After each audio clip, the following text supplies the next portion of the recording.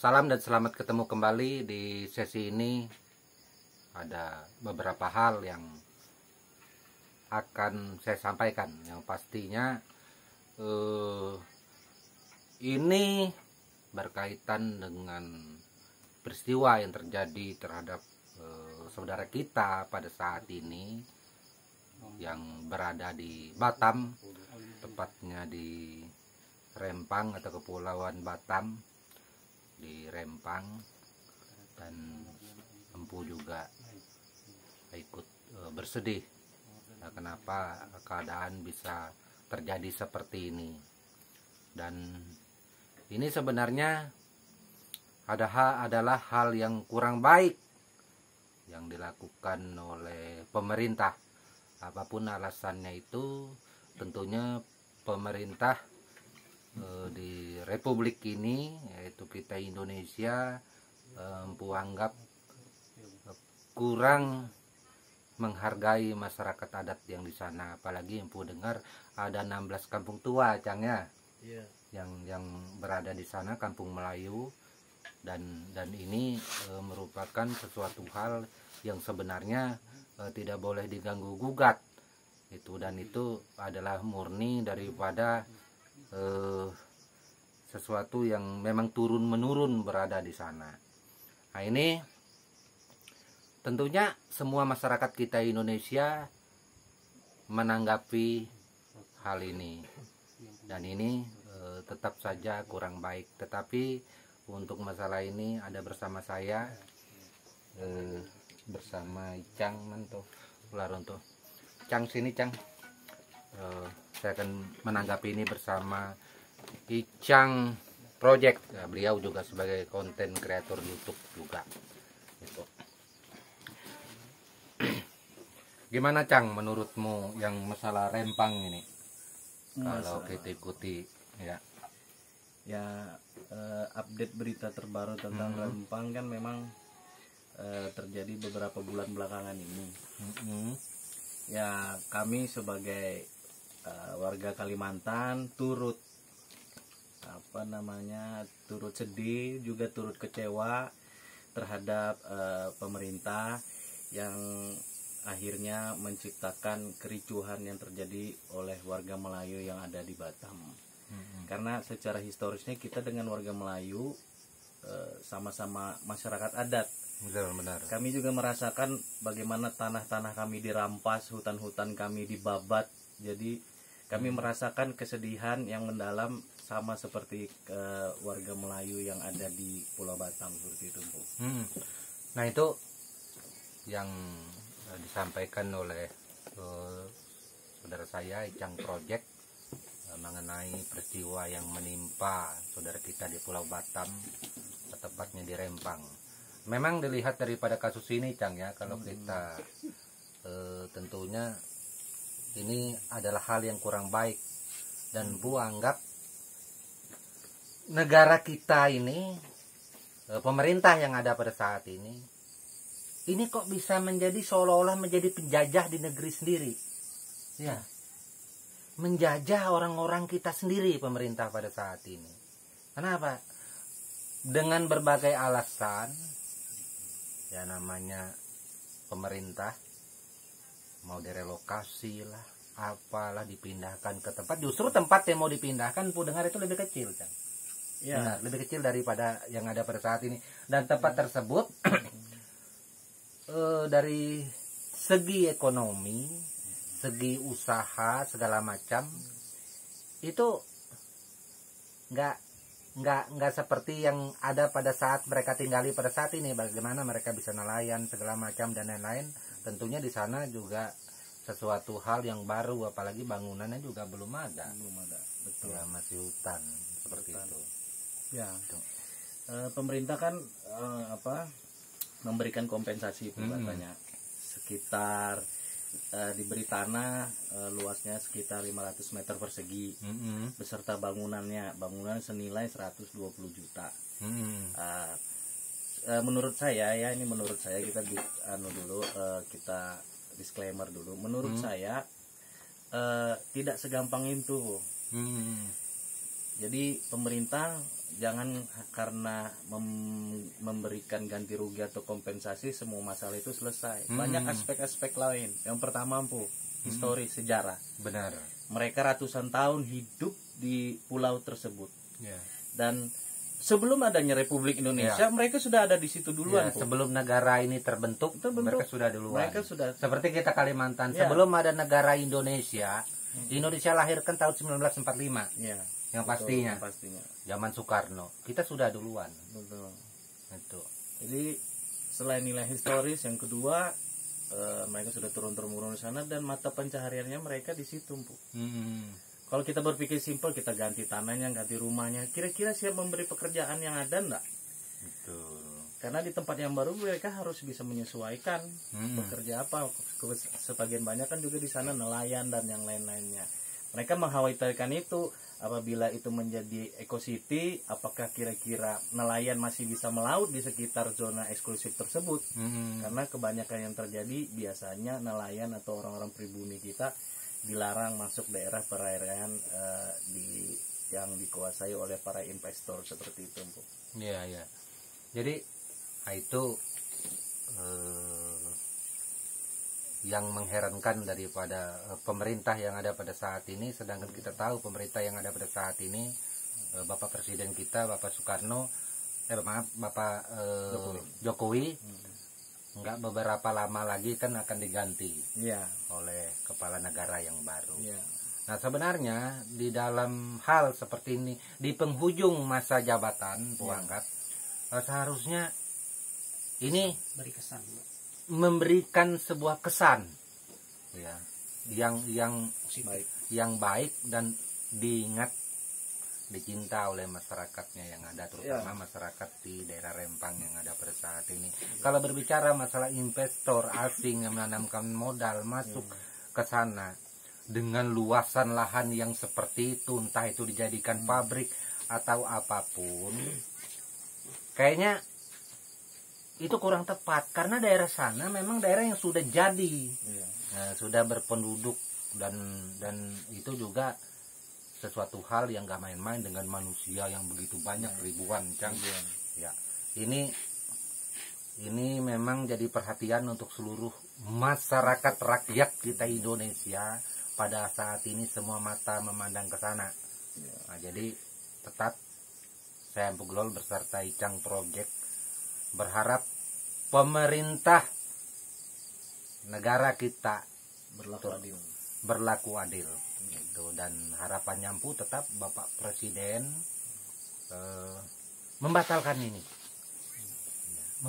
ini, kembalikan kepada masyarakat yang ada di sana apa yang menjadi hak-hak mereka, karena kompensasi yang ada setelah kami berdua amati tidak layak. Kompensasi yang ada itu sifatnya sementara. Bagaimana dengan kelanjutan usaha mereka? Betul. Yang sudah baik-baik, yang menjadi nelayan dan semacamnya. Ya, itu. Jadi kami juga sebagai rakyat ingin bersuara tentang ini, karena ini menurut kami adalah satu bentuk penindasan. Jangan ada lagi terjadi penindasan di bumi Indonesia ini. Saya harapkan juga bukan kami saja yang bersuara dan mendukung agar masyarakat Rempang mendapatkan keadilan, tapi kami tuntut, ini kan musim pemilu nih, mana partai-partai harus bersuara, tokoh-tokoh politik harus bersuara, jangan diam saja melihat adanya penindasan ini. Kita melihat kericuhan yang terjadi itu juga memakan korban, juga memakan korban maupun dari pihak warga maupun dari pihak pemerintah, aparat. Jadi kita tidak mau Indonesia ini terpecah belah. Masyarakat di sana saya pahami mungkin merasa cukup sabar. Jadi dicarilah solusi yang terbaik. Saya juga mengharapkan kepada Presiden Jokowi untuk turun langsung ke lapangan. Jangan serta-merta mendengarkan para pembantunya saya lewat Menteri Aman, ini beres. Apa yang disampaikan Pak Mahfud MD. Seperti jadi itu. Seolah-olah negara ini menganggap hal ini hal yang sangat biasa saja dan ini penting bagi negara. Kita lihat beberapa pejabat, para menteri Bahlil, menteri Mahfud MD, Kapolri dan TNI juga menyatakan pendapatnya. Jadi kita berharap janganlah warga kita ini dilakukan tidak adil seperti itu, Pak. Jadi kami prihatin sekali dengan hal seperti ini. Ya, nah itulah buat semua saudaraku, ini memang menjadi perhatian kita semua secara serius, dan harapannya sih kalau menurut Empu ini mesti dibatalkan karena tidak ada solusi lain ya, karena solusi yang disampaikan kompensasi dan lain-lain dibilang ada provokasi di situ, ada provokator ya. Kita kalau beralibi provokator bisa saja provokator juga ada di pihak sebelah ya kan. Kalau orang mau beralibi ada provokator di pihak warga, juga ada provokator yang sengaja dibentuk dari luar ya, dibentuk dari pemerintah sendiri. Jadi kita sama-sama nggak tahu ya kan, jangan bicara provokator, tapi kita bicara fakta yang ada aja dulu seperti apa. Karena ini kan merupakan program strategis nasional, Bu, yang digadang-gadang memang harus dikerjakan. Tapi inti dari program strategis nasional itu kan untuk mensejahterakan rakyat. Betul. Tapi kalau itu dibangun justru menyengsarakan ribuan warga di sana, maka visi dan misi dari program strategis nasional itu tidak tercapai. Betul. Justru merugikan rakyat. Betul. Karena negara ini kan terbentuk seperti ini dan besar kan karena rakyatnya juga. Tetapi kalau rakyat diperlakukan seperti ini, tidak menutup kemungkinan akan terjadi perpecahan. Ya, perpecahan di rakyat kita Indonesia, terutama saudara kita orang-orang Melayu, bukan hanya di Rempang, di Pulau Batam atau di Rempang saja orang Melayu, tetapi orang-orang Melayu yang ada di Indonesia banyak itu. Sampai ke Malaysia, di Borneo sampai ke Malaysia, dan itu juga sudah bersuara. Nah, jadi ini tetap kami berdua mengingatkan kepada pemerintah yang ada. Harapannya sih nggak ada harapan lain, Cang. Ini harus dibatalkan ya, sebelum ini malah menjadi besar. Ya, itu kita khawatirkan. Kalau ini menjadi besar, terjadi ribut, maka negara kita yang sebenarnya pada saat ini dengan kejadian ini kan kurang baik. Nah, apalagi ini makin menambah besar, tentunya tambah panas, kurang baik, tambah panas, dan di mata dunia itu hal tidak baik, karena akan menghambat investasi juga kalau memang terjadi penolakan di sini, Po. Kedua, ini dekat pemilu, ini juga bisa dijadikan isu politik, Bu. Bahaya. Betul. Jangan sampai terulang lagi kejadian-kejadian kita waktu reformasi, kejadian tahun 98 di mana-mana terjadi kerusuhan. Kita tidak mau itu. Tapi ini bahaya karena ini momen pemilu. Karena ada kawan politik, ada musuh politik yang bisa memanfaatkan hal semacam ini. Itu jangan sampai terjadi. Ya. Jadi terus terang kita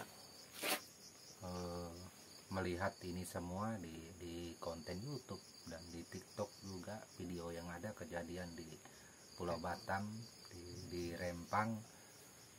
Kita tetap mendukung sepenuhnya saudara kita, masyarakat adat yang ada di sana, masyarakat Melayu, itu dengan semua orang-orang yang ada bersatu padu, berusaha mempertahankan apa yang menjadi hak mereka. Dan itu juga siapapun pasti akan seperti itu. Nah, jadi kami di sini juga tetap mendukung saudaraku di Pulau Batam. Semoga saja pemerintah bisa membatalkan. Ya, paling tidak untuk masa sekarang itu dihentikan lah dulu sampai gejolak-gejolak itu terkoordinasi dengan baik dan yang lain-lainnya, karena ini bisa menjadi rawan pelanggaran hak asasi manusia juga, karena beberapa lembaga LSM sudah mulai menyoroti ini baik lokal maupun internasional, Bu. Ya, apalagi ini kan masyarakatnya ribuan, jika dipaksa-paksa akan ada korban. Makanya harus dihentikan. Jadi jangan lagi stop dulu pasang patok. Apa kemarin kan ditahan karena kan memasang patok-patok untuk batas wilayah itu. Jadi jangan lagi lah diprovokasi dengan hal-hal tersebut. Iya. Kalau seumpamanya pemerintah tetap memaksakan ini, Kang. Ya, konflik. ya. Menurut saya, ya kalau untuk memaksakan berarti memang ini hanya kepentingan orang tertentu saja, tidak memikirkan masyarakat. Ya. Kalau pemikiran saya zolim berarti. Jolim. Iya, mohon maaf aja. Ah. Kalau kita dengan teori seperti itu artinya memaksakan kehendak, menyengsarakan rakyat, tapi tetap pada kekuasaannya, menggunakan kekuasaan untuk kepentingannya sendiri, maka itu zolim. Karena ada rakyat yang terzolim, yang rakyat yang merasa diperlakukan tidak adil, ya diintimidasi, diambil haknya, dirampas tanahnya dan yang lain-lainnya. Jadi tidak ada kata lain, itu zolim berarti, Bu, kalau tetap memaksakan dengan keadaan seperti itu. Nah, jadi itu yang disampaikan oleh saudara saya Icang tentang apabila ini terjadi pemaksaan, dan untuk pemerintah sendiri itu termasuk yang jolim tadi. Ya, ya. ya. Nah, jadi selain itu juga pastinya akan terjadi benturan keras, karena saudara-saudara kita orang-orang Melayu dari berbagai suku sudah angkat bicara untuk masalah ini.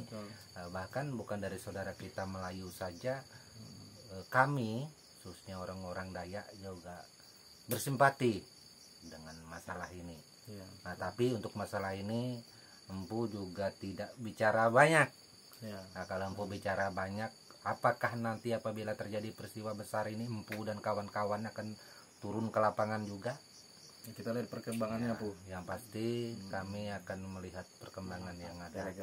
Ya, dan kami juga tak bisa membiarkan saudara kami yang ada di sana jikalau memang terjadi apa-apa. Ya, kita sama-sama mengetuk hati para pejabat kita lah, terutama pimpinan tertinggi kita, Bapak Presiden Jokowi. Bukalah hatinya, rasakan apa yang dirasakan masyarakat adat di situ 7.000. Apabila itu terjadi pada kita, mungkin juga merasakan hal yang sama. Jadi kami masih punya keyakinan pemerintah kita punya hati yang baik, Bu. Tinggal kita ketuk saja hati mereka. Cuma sebagai warga negara kami hanya sebatas mengingatkan. Itu aja. Kami juga menghimbau kepada masyarakat adat Melayu jangan terprovokasi hal-hal yang bisa mengakibatkan kejelekan bagi masyarakat adat itu sendiri. Tetap smart, artinya dihitung semua pertimbangannya, jangan membuat kerusuhan, jangan membuat tindakan-tindakan anarkis. Tapi kalau dipancing-pancing itu lagi susah juga, Bu. Karena mereka sudah dalam keadaan yang mendesak. Makanya ini perlu peran pemerintah dan aparat supaya meredam hal ini. Pemerintah berpikir serius untuk hal ini agar orang-orang di sana juga bisa menjadi kondisi suasana yang kondusif. Setidaknya ditunda dulu. Iya, paling memang harus stop dulu. Stop dulu. Kalau menurut saya memang bagusnya di stop. Karena tidak ada jalan lain. Tidak ada jalan lain. Jadi seperti itu. Mungkin itu saja yang bisa kita sampaikan. Ya, nanti kalau ada netizen atau yang punya pendapat pendukung, komen aja, nanti kita bisa diskusi seperti apa. Tidak lain, konten ini dibuat sebagai kita warga negara Indonesia ingin menyuarakan saja sih keresahan-keresahan yang ada di masyarakat adat kami, karena kami juga di sini adalah masyarakat adat, mempunyai masalah-masalah yang sama, walaupun tidak sebesar satu kampung, beberapa kampung yang harus dipindahkan. 16 kampung. 16 kampung. Kami di sini biasanya memang banyak kampung, biasanya yang lahan kami yang diambil tambang, diambil sawit dan lain-lainnya. Jadi kami merasakan juga seperti itu. Itu mungkin buat semua saudara Empu yang ada, para netizen yang atau para pengikut Empu yang menonton video ini, silakan berkomentar dan berikan pendapat tentang masalah peristiwa yang ada di Pulau Batam, yaitu tepatnya di Rempang. Seperti apa menyikapi hal ini, solusi terbaiknya silakan sampaikan seperti itu. Dan tetap pesan kami berdua itu berharap setidaknya jikalau memang ini tidak bisa dibatalkan untuk sementara ini ditunda. Ya. Ya, karena langkah terbaik adalah seperti itu. Nah, kalau seumpamanya tidak ada penundaan, ya kita tidak berharap sesuatu hal yang buruk terjadi dan mungkin akan lebih besar lagi. Ya.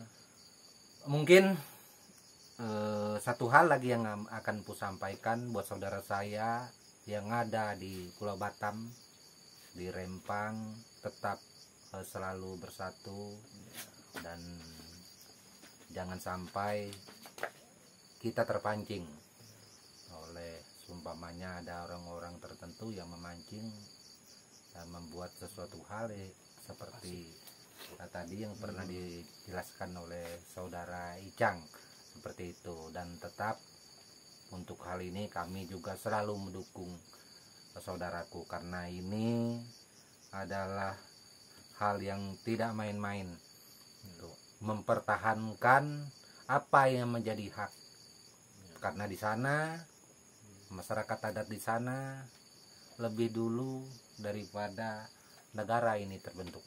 Mereka sudah duluan mendiami daerah tersebut, kira-kira seperti itu. Dan mereka dulu pejuang juga, Pak. Pejuang juga. Nah ini, dan mereka juga merupakan pejuang juga untuk di situ. Oke, mungkin hanya itu saja yang bisa kami sampaikan pada sesi ini. Tak lupa kami sampaikan Chef untuk Rempang, saudara kita di Rempang, Pulau Batam. Rempangnya. Ya. Dan akhir kata Empu ucapkan salam budaya dan tabe selalu untuk kita semua. Chef Rempang, Chef semangat Rempang, Melayu semangat Rempang. Melayu Rempang.